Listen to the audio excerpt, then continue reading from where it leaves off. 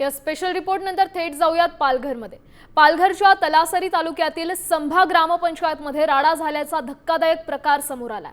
तंटामुक्ती अध्यक्ष आणि ग्रामपंचायत सदस्य तसंच माजी उपसरपंच यांच्यात झालेल्या शाब्दिक बाचाबाचीनंतर धक्काबुक्की झाल्याचा प्रकार समोर आला। हा सगळा धक्कादायक प्रकार ग्रामपंचायत कार्यालयात लागलेल्या सीसीटीव्ही कॅमेऱ्यात कैद झालाय। संभा ग्रामपंचायत मधील तंटामुक्तीचे अध्यक्ष हे ग्रामपंचायतमध्ये येऊन वारंवार वाद करत होते आणि त्यांच्यामुळे गावातील विकास कामांमध्ये मोठा अडथळा निर्माण होत होता आणि संभा ग्रामपंचायतांच्या उपसरपंच वैशाली पाटकर यांनी हा आरोप केला। दरम्यान ग्रामपंचायत कार्यालयात मासिक सभेत झालेल्या या राड्यानंतर ग्रामस्थांकडून चांगला संताप व्यक्त करण्यात येतो।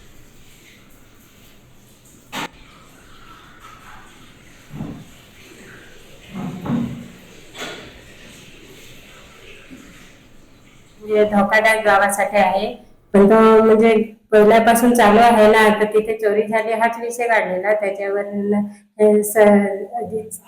अजित पाटकर सर आहे, त्यांनी सांगितलं काय म्हणजे तिथे चोरी झाली आहे ना, ते माहितीसाठी म्हणजे हा अर्ज आपल्याला दिलेला आहे असं।